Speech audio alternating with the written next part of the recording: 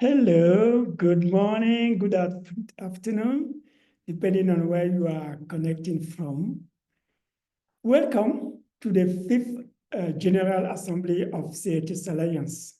CHS Alliance we know is an important and growing movement for change that is committed to improving accountability to people affected by crisis. I'm pleased to introduce myself. My name is Bonaventure Sokpoh. I've been working with CHS Alliance for nearly 7 years now. And for those who might have met me before, you might know how passionate I am about the CHS, core humanitarian standard, and the CHS Alliance work on what we can achieve when we work all together. I'm saying that to CHS Alliance members who are working with us. As someone who experienced what it means to be a child affected by food crisis and a young person displaced in another country before becoming a professional serving people and communities affected by crisis, I'm really delighted to be opening this fifth General Assembly of CHS Alliance with two members of UNHCR Refugee Advisory Committee. I'm very pleased to invite to join me on the stage Nour Jarrouj from the Moving Minds Alliance and Aleksejs Ivashuk from Apatride Network. Please join me. CHS Alliance, as I was saying, CHS Alliance is a global and diverse network committed to quality and accountability. So we thought a fitting way to start our General Assembly this year would be to hear the perspective of two advocates for refugees and stateless people whose professional work is informed by personal experience. With this, I would like to turn to our guest. The UNHCR set up in 2020 the Refugee Advisory Board, which is the main representative body of regional, national, and global refugee representatives influencing policy decision-making on resettlement and complementary pathway at the CRCP. CRCP stands for Consultation on Resettlement and Complementary Pathway. I think we should commend UNHCR for setting this committee in the sector. I will turn to my guest and ask a question. How can we as a sector shift from tokenistic representation to a meaningful decision-making when we are considering people who are affected by crisis? I would like to invite you, Nour, to come in first to share your insight about this question. Thank you. Thank you, Bona. And thank you, CHA, for the invitation to share my experiences with you today, both personally as a refugee myself and professionally as an advocacy expert. I also want to thank all the INGOs and national NGOs and partners of CHA for their commitment to CHA and wanting to learn more.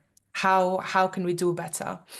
So I think, you know, from my 12 years of experience in the humanitarian and development sector, I think there is a genuine intention in supporting affected populations. And there are already a lot of improvements in the sector, in inclusion of perspectives of people affected by displacement and crisis, but it's mainly in program design, program implementation, storytelling, public speaking, etc. But we still have a long way to go until we reach real refugee and local leadership over strategies that affect our lives. And in order for us to move from tokenism to real leadership and decision-making to affected populations, we need to work on multiple levels. And I think we need to, just for now, forget that we are directors or senior leaders in INGOs, in organizations, in governments, etc., and just focus on us as humans. And I also want to invite us to self-reflect. I really believe that, like, we need to self-reflect in order to change things. So the first thing I want you to ask yourself is, do I really believe that people affected by crisis and displacement have what it takes to lead on the change that they need?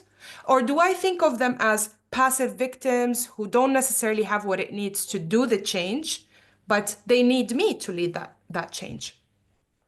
Unfortunately, we might think we don't think this way, but the language we're using in the humanitarian sector, media, policies, governments, donor bids is perpetuating these assumptions about us as displaced people.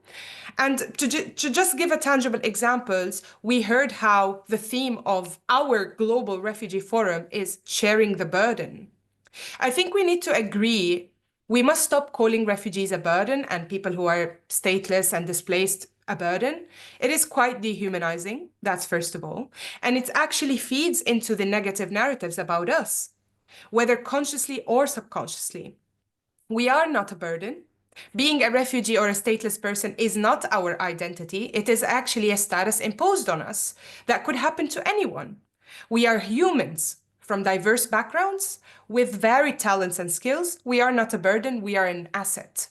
We bring innovation, opportunities, and diverse solutions to societies we live in. We just need to be given opportunities to share our expertise and contribute to long-term solutions for our communities and the host communities we live in. So this is something we need to agree on. And I think until UN, INGOs, and all staff working in the humanitarian sector make the shift in their own mindset internally and become active allies for meaningful leadership, they won't be able to contribute to meaningful leadership of refugee and stateless people and won't be able to achieve the long-term positive change they are looking to do to help us. And on another level, I think after we do our own self-reflection, what we can do tangibly to move from tokenism to real leadership. And here I would like to kind of reflect on our own organizations, starting from our own organizations and beyond. First, each staff can be an active ally in your own organization, ensuring you're always advocating for inclusion of refugee stateless experts in decision-making in your organizations. Whether advocating maybe, oh, we need 50% of our board of trustees, senior management, strategy team, fundraising, donor relations to be from the affected population we are trying to serve, not only in program design and implementation. Where it's still kind of like top down when we are doing it. People still hold so much power over the affected communities. We are making decisions for them. And if we are really purposeful about inclusion of people with lived experience, we have to be okay to let go of that power a bit. And here, I don't mean just like bringing any experts of crisis and displacement. Again, we are experts by experience, but also we have masters, we have education, we have jobs, we have professional experience. And, we bringing experts in specific fields in humanitarian and development while they also have the lived experience is just the cherry on top, right? And again, you can advocate for a shift in internal policies, specifically in funding, earmarking at least 25 of your funds to go to RLOs and LLOs as unrestricted multi-year funds to allow building sustainable local systems and support the community on the long term. We must call our organizations to invest in local systems to ensure that the community becomes self-sufficient and sustainable. Unfortunately, we are seeing how the humanitarian system right now is failing us as populations affected by crisis and displacement. The displaced people number is higher than ever. The people living in war are higher than ever, and aid budgets are being cut. Many UN and INGOs are closing their country offices, leaving the people with no support. So if we really want to support the affected populations, let's start with our own organizations, invest in local system in an equitable way. And finally, advocate for a reimagined humanitarian system within your own organization. Start an internal organization journey. Rethink the role of INGOs in humanitarian and development system. Instead of leading the change and decision-making over strategies that affect other people's lives, you could be equipping those people with technical expertise and knowledge for a longer sustainable impact. You can become our mentor, become our advocate, become a real change maker, paving the way for us to lead on solutions that affect our lives, to become stronger and become more sustainable. And yeah, I talked a lot. Sorry if I went over my 4 minutes. Thank you very much, Nour. You can see the reaction and how people love what you said. I also am hearing something very strongly is about how people who are affected by crisis are perceived. You said it. Are they perceived as a burden, or are they perceived as agents doing something, looking for opportunity to express themselves and contribute, and being ally for the response? Thank you very much for that. I want to turn to Aleksejs to also hear from you about this same question about how can we as a sector shift from tokenistic representation to meaningful decision-making. Alex, the floor is yours. Thank you, Bono. Thank you, everyone, and thank you, Nour. I could not agree more with what Nour said, and I would like to particularly focus on highlighting how, as of late, there has been an important shift in the landscape in the humanitarian sector, in the human rights field, in that stateless people and refugees were no longer these individuals. We are becoming more organized. We are building refugee-led and stateless-led organizations. And there needs to be respect given and credit given to such organizations that are on the ground level reality and see the problems very accurately for how they are and what they are. But by the same token, when you are on the ground level and see these problems more accurately, you're more likely to see the solutions more accurately. So we need to be appreciated not just as these individuals that have sad stories to tell. And like Nour said, we're more than that. We're not just these blank sheets of paper with the words written stateless or refugees. We are people of experience. We are people who understand our legal realities quite well. We can provide knowledge and fill the knowledge gaps of established experts that unfortunately have not been connected to the ground reality, have not received the input from the ground reality to make sure that their policies are accurate and to make sure that even their most elementary terminologies are accurate. So we have some serious gaps, but at the same time, there's a sea of opportunity. And so in order to take advantage of this opportunity, there really needs to be a better connection to the ground level expertise. And we are that ground level expertise. So the good news is that there's really a serious rise of stateless-led and refugee-led organizations, and we need to take advantage of that. And so there needs to be a shift in, just like what Nour said, to build on that, there needs to be a shift in how we think about such contributions and the people who can provide such contributions. There needs to be the complete drop of prejudice that we unfortunately experience as stateless people and refugees, that we're just sad storytellers. There needs to be a complete abandonment of that and recognition that we actually have a lot to contribute. And from my experience at Apatride Network, we see it time and time again. We provide so many guest lectures at so many different university law clinics. We help train lawyers. We help improve the knowledge of the UN and help them fix their policy gaps and issues. And people are amazed by the impact we're already making, especially given our limited resources and political connections. But it shows you how much of a distance we can cover, because we're actually able to see the problems more accurately and are able to produce more efficacious, more effective work. So just to conclude, there needs to be, again, to reiterate my point, there needs to be better respect for refugees and stateless people as those who have very valuable experience and expertise that needs to be a part of the current way of doing things. And unfortunately, for the longest time, we've been kept out of dialogues, we've been kept out of policy decision-making circles, and that really needs to change if we're going to have any effective work on the ground to fix many of the problems that this world has. Thank you. Thank you very much, Aleksejs. You reiterated this element about perception, how these people are perceived. Yeah, I love what you said. They are not just elements put on the paper. So they are real person. This is very good. And then you are also inviting about the respect that you say, respecting these people who have expertise that need to be respected. Thank you very much. I'm very happy to have you both here. This is what we were expecting. We are doing very good to listen to people who have this insight from their experience becoming professional in this sector. So let's move a little bit forward. We also know, you said it, there is a widespread acknowledgement of the importance of accountability to people affected by crisis.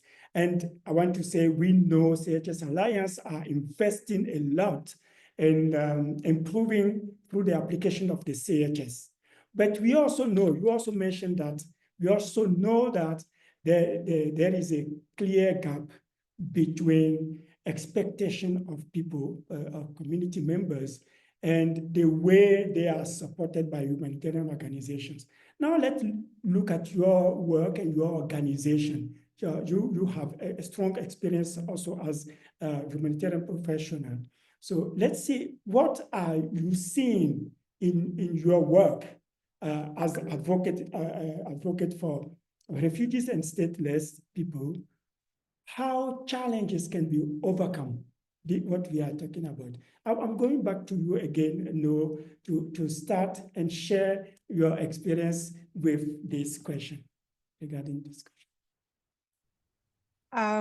Yeah, I will draw on my current role as the Senior Engagement and Advocacy Manager in the Moving Minds.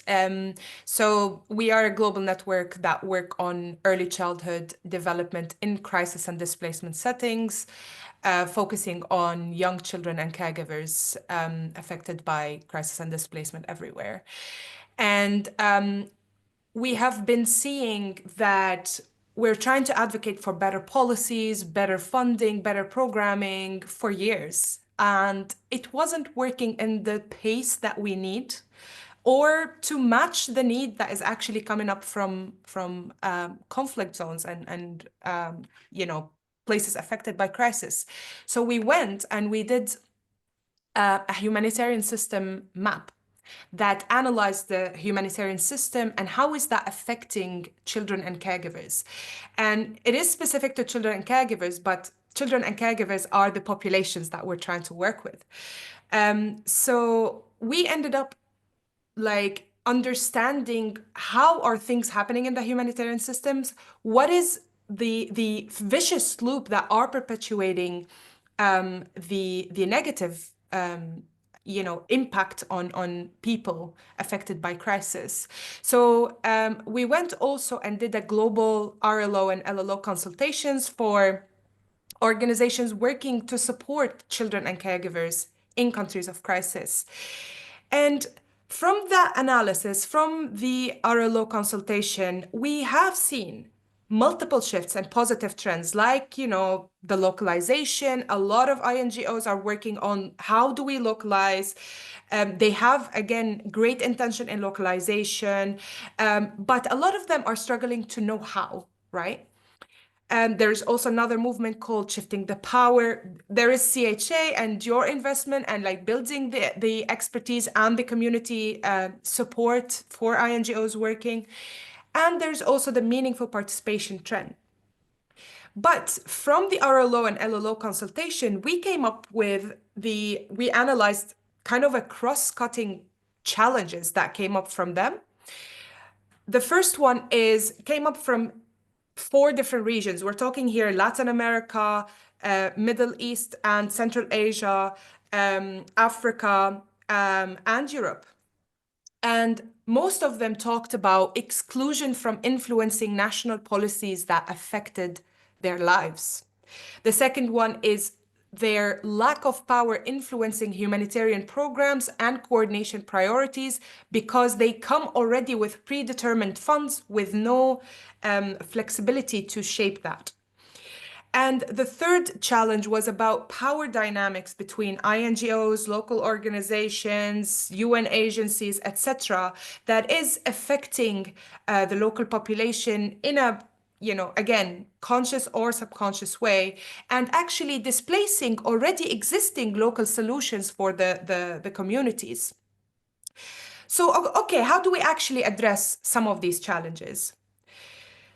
The RLOs and LLOs have asked, okay, this is what we need from your global network, but it goes beyond to our global network. We need mentorship. We need global experts who are, who have technical expertise in crisis coordination, advocacy, etc., to help us. So how do we match mentors from the global level to the local level with refugee stateless leaders working on solutions? Second one, access to specific advocacy course or giving money in the funds for advocacy capacity. We need advocacy support with policymakers, funders, raising awareness amongst our own community to build demand to change policy. The third one, we need multi-year and equitable funding to build our local systems and ensure long-term sustainability. Then what do we need to do as INGOs, UN agencies, and other big NGOs? So many of you have heard, again, what UNHCR has done, Refugee Stateless Advisory Board. You can set up something like this. It's not only UNHCR, there's multiple INGOs doing that, and even governments are already setting up refugee advisory boards. And again, they're not only like being tokenistic, they're trying to engage them in strategic thinking, bringing innovative solutions to support the organizations themselves in supporting their community. But they should be compensated and valued. Please do not just bring refugees without actually valuing their expertise and compensate them sufficiently. There are also global mentorship programs being launched, matching global experts with refugee experts, as I mentioned. There are community advisory councils, for instance, in like Uganda, where local municipalities worked with INGOs, convening refugee representatives, local citizens to discuss different needs and provide recommendations to their government. There are multiple participatory needs assessment led by refugee organization collaborating with UNICEF, Save the Children, engaging refugee children specifically, leading to actionable recommendations. And there are multiple focus group discussions in Lebanon with refugee experts in national strategic discussions. The refugee experts came with INGOs, with NGOs, with governments on one table to influence refugee support services. And these changes have resulted in huge benefits for everyone because research is showing us when experts by lived experience are involved, there is a higher, longer impact for our programs and strategies. There is higher return on investment and enhanced accountability. There is higher enhanced policy relevance, valuable knowledge being shared, long-term stability, increased accountability and trust. And finally, it will result in real change and impact. Because it just makes sense. Because if you look at all the movements, if you look at the women's movement, if you look at the Black Lives Matter movement, if you look at the LGBT movement, it's always the people with the lived experience who made the real change with the support of allies. It wasn't the allies leading on that change. And the same happens when refugees are taking the lead on strategies that affect their life. And finally, I know that change needs time, resources, and courage, but I want to ask you here, as courageous leaders, what is one action you want to take back with you to support meaningful refugee leadership in your work? Maybe setting up a refugee board, mentoring a refugee leader. Are you ready to be a courageous ally and take the action? I want to hear from you. Thank you. Thank you very much, Nour. Thank you for sharing these insights. We hear advocacy, we hear collaboration, we hear a result of initiatives that are being there. Thank you very much. We are not doing it very well on the time. We are exceeding the time. So I think, Alex, one very short, something you want to add to what Nour just said. So, and then we will conclude. Yes, so I'll just try to make my core point as quickly as possible in that there's really a need to bring us in as that missing piece of the puzzle. There is a reason why things are not getting done as well as they should be, and it is because of that disconnect between the affected people and organizations that are supposed to help us. And so we really need to bridge that gap, and we need to realize that the ivory towers and crystal palaces cannot resolve issues on the ground alone. We need to help each other to see what cooperation can be done. Much, especially with statelessness, reflecting on statelessness, we have too much of these bubbles of people just talking in abstract, never agreeing on anything, even on elementary things of what is nationality, what is citizenship. And I'm not going to get into details, but it at the ground level looks very frustrating because there's all these talks, lack of initiative, and a lack of creativity to match the creativity of actors that cause these issues. So we really need to do much better to tackle these issues, and we really need to bring in that last piece of the missing puzzle, which we are that. So, and lastly, so very quickly, completely agree with Nour about resourcing, and importantly, it's not just about reaching out to us with your projects. You have to also recognize that you have to work on our projects as well. We have very good projects, and they're actually very impact oriented, and they make true difference in the lives of stateless people and refugees. So we need to have a more equal two-way street here and recognize that our projects actually have a lot of impact and deserve a lot of respect. And we show up to conferences like these, we say all these things, and people nod, but then nobody really reaches out to us. They just hear the message as if it's entertainment. So it's very important that you take steps also reaching out to maybe not my organization, but any refugee-led organization or stateless-led organization to see how you can more realistically, accurately collaborate and meaningfully to involve these people as equals, rather than as just somebody that you may find use for in your projects. So that's something very important for you to take home and to realize. Thank you.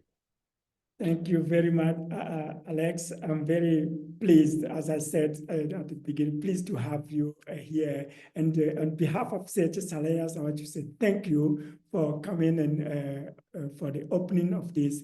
What you said, I'm glad that the core humanitarian standard that we have is working toward addressing this element of about seeing people as agents. They have agency. They are doing something. They are not passive recipients. Everything that you say about collaboration, we are addressing I'm very just glad that CHS and CHS Alliance is working toward that. Very happy. I hope we will see you in our discussions, in the future discussion. We have community of practices. This shouldn't stop here. We should continue the discussion as you said. Thank you. I'm now happy to hand over to Shama to continue. Again,